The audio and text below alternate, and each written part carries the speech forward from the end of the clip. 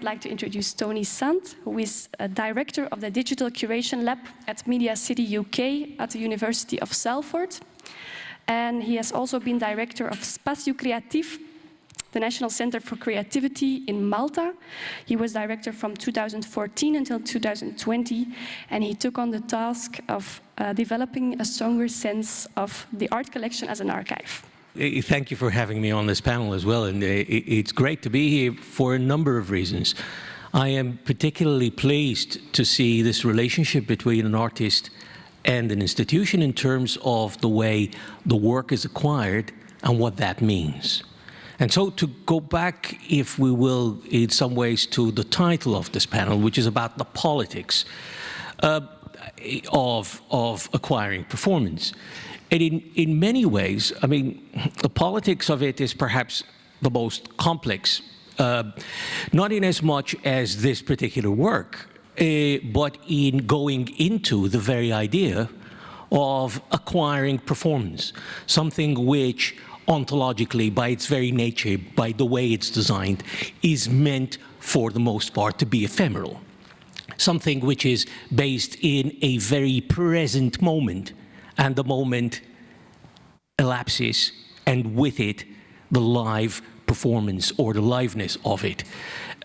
Rather than, if I may, continue riffing this way in just reacting to this particular work or this particular exercise of acquiring this work into the Mucha collection, I think it may be useful because whatever I might say next is most likely to be informed by work that has taken place, at least academically, on this way of thinking for at least the last 30 years. To present a couple of ideas to you, if I may, very, very briefly. I'm sorry. Okay, let's see. See, this is a performance in itself then, getting here.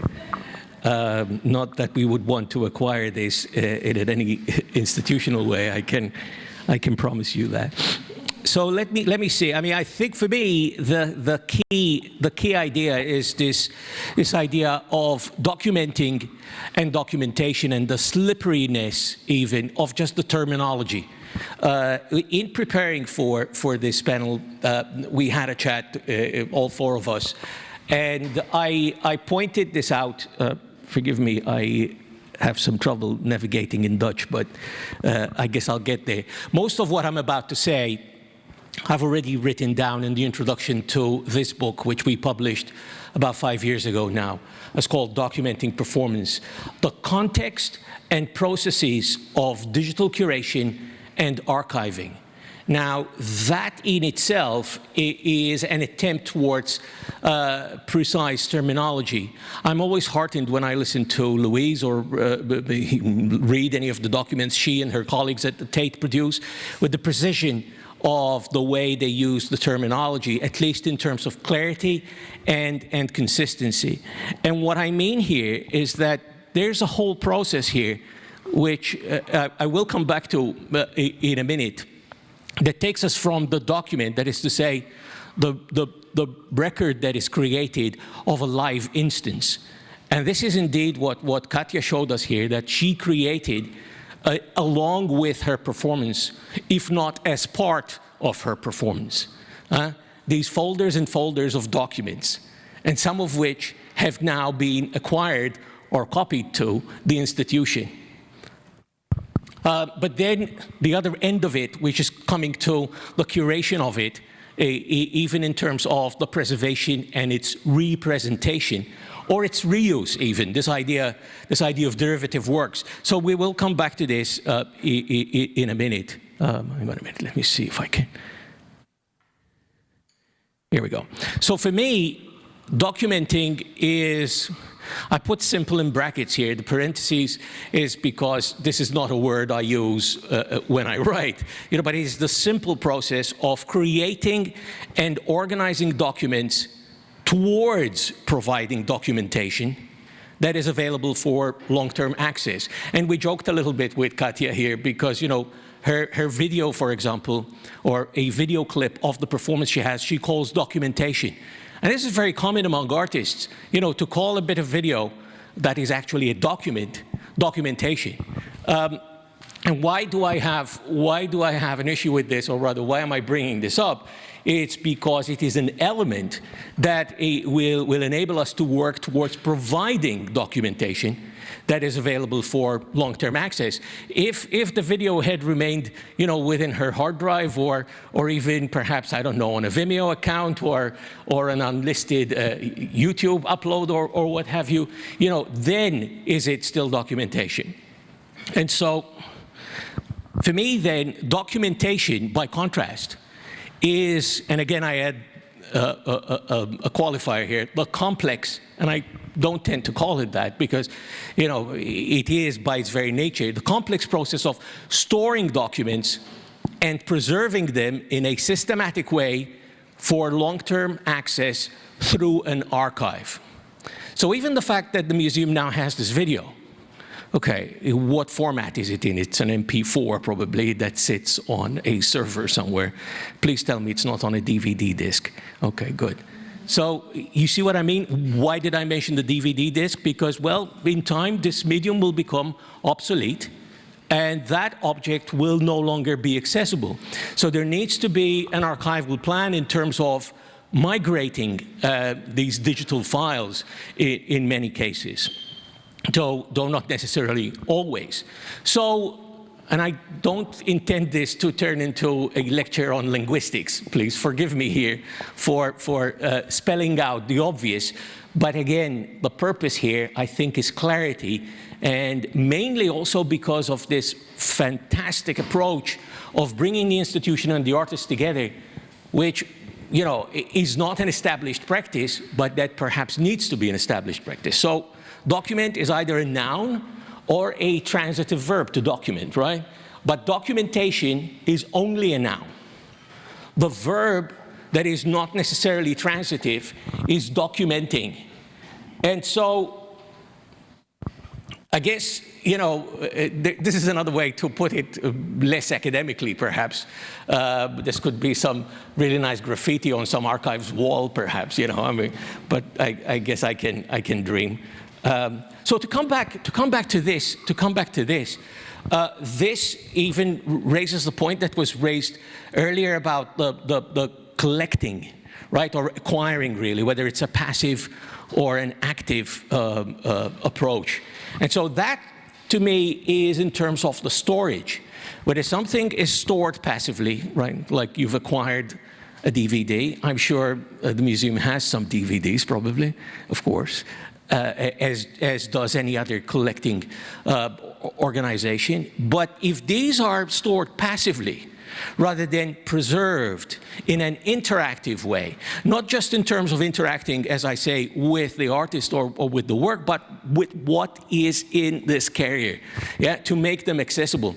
I mean, I worked with an older collection recently, as you heard in Lotte's introduction, and this included a number of VHS tapes, you know, the video cassette tapes. And of course, those are even harder now to access unless the work has been systematically going through a process of long-term access and long-term documentation.